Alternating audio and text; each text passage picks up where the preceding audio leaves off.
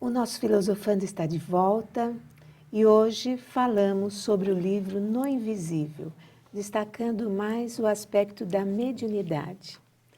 Professora Sônia, no último bloco,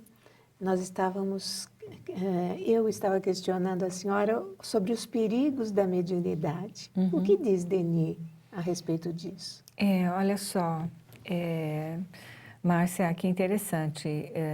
Ele alerta para a necessidade do autoaprimoramento. O que é isso? É conhecimento, mas também é comportamento, né? Quem é médium sabe que está sob influência constante do mundo invisível, né? E também das mentes das pessoas que estão à sua volta.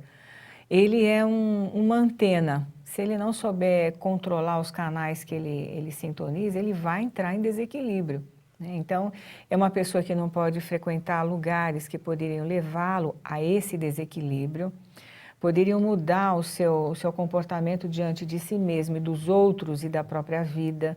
Ele tem que tomar muitos cuidados com relação ao cuidado de si. Nós citamos as aulas que nós temos sobre filosofia espírita e mediunidade no portal, filosofiaespírita.org. Então, lá nós temos todo um conjunto de slides que nos convida a refletir sobre a influência que o ambiente, que o meio ambiente tem sobre o médium. Chama-se o médium e o cuidado de si.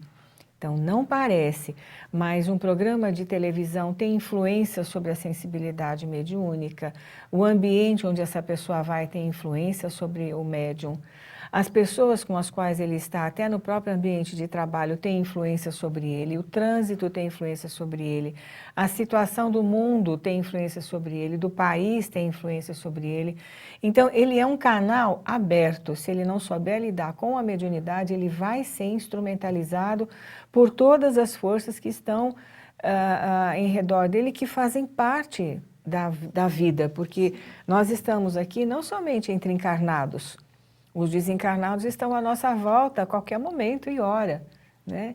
Então, há importância, sim, de se conhecer, principalmente, conhecer a própria personalidade, o próprio caráter, conhecer as influências XYZ que poderiam ter mais poder sobre ele. Então, é importante que a pessoa se conheça para que não se torne instrumentos de espíritos malfazejos.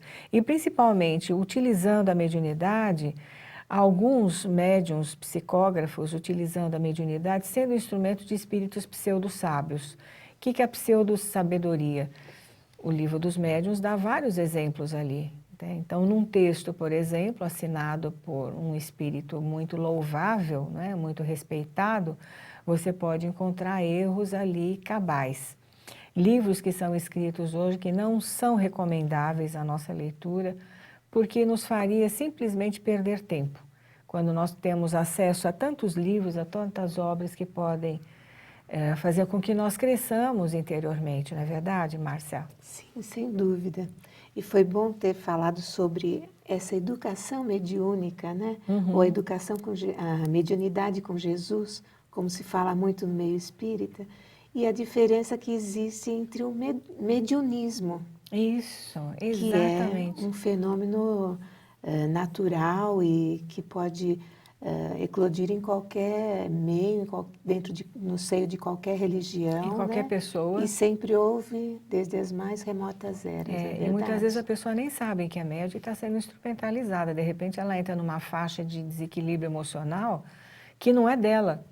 E naquele momento ela está servindo a forças negativas que estão à nossa volta. Nós estamos num mundo de provas e expiações. É necessário que nós entendamos que nós podemos ser a todo instante instrumentalizados por espíritos inferiores, que não querem o nosso crescimento, que perseguem as pessoas que trabalham pelo bem, né, sobre a Terra. Já visto as perseguições que são feitas, as mortes que ocorrem no mundo, não é? De pessoas que praticam, que fazem o bem.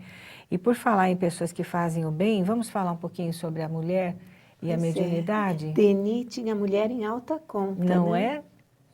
é? É nesse papel que nós precisamos enfatizar que é o papel da mulher. A mulher é dignificada e enaltecida por Leon Denis, assim como foi por Jesus e por Kardec, porque ela se dedica a desenvolver, ou pelo menos deveria se dedicar ao desenvolvimento da própria sensibilidade, porque ela já traz consigo essa sensibilidade inata, não é?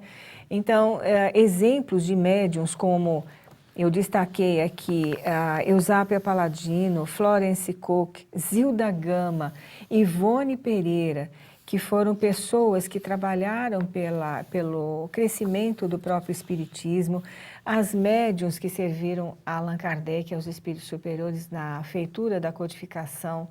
Então, todas elas foram exemplos de conduta, de comportamento, de postura diante da vida, servindo aos espíritos superiores a sua sensibilidade inata da sua condição de mulher, mas ao mesmo tempo de médium que seguia o bem. Denis, inclusive, dedica um capítulo para falar sobre as mulheres, né? Isso. E diz como ela foi sempre perseguida desde os primórdios lá. Isso. Sempre aquele estigma negativo, né? Exatamente. Como a mulher sendo aquela que leva ao pecado. Fala que o catolicismo também não seguiu o exemplo de Jesus, que considerava a mulher igual aos homens e tratava com toda a deferência, né, e Exatamente. carinho. Nós vamos fazer uma temporada inteira em homenagem à mulher. O que você acha? Ótimo! Não é? Isso é muito importante. Ele diz aqui do feminismo, que já estava surgindo no seu momento. O feminismo da época de Denis não é o mesmo feminismo de agora, porque o feminismo atual evoca a mulher, um certo domínio sobre o próprio corpo.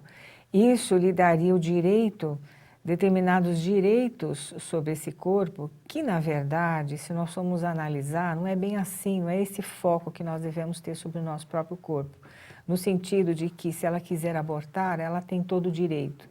Então, o Espiritismo, nós já sabemos, não criminaliza o aborto, mas diz que nós, mulheres, somos responsáveis pela vida que trazemos dentro de nós, né?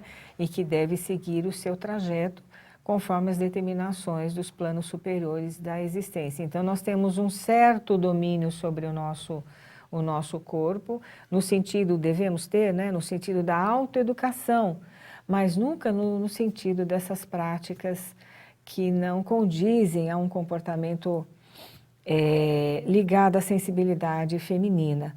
Então, ele diz ainda que a grande sensibilidade da mulher a constitui o médium por excelência, capaz de exprimir, de traduzir os pensamentos, as emoções, os sofrimentos das almas, os altos ensinos dos espíritos celestes. Então, olha só o patamar que ele nos coloca, não é verdade? Ele que teve uma mãe tão amorosa e sensível, na verdade. Ele teve exemplos, né, Márcia? Bem, infelizmente estamos já no final desse nosso programa e fazemos sempre aquele convite amigo para que nos acompanhem, né, na próxima semana, nesse mesmo horário. E se você quer compartilhar o bem, torne-se sócio do Clube Amigos da Boa Nova. Ligue para o 0800 12 18 38. Até lá!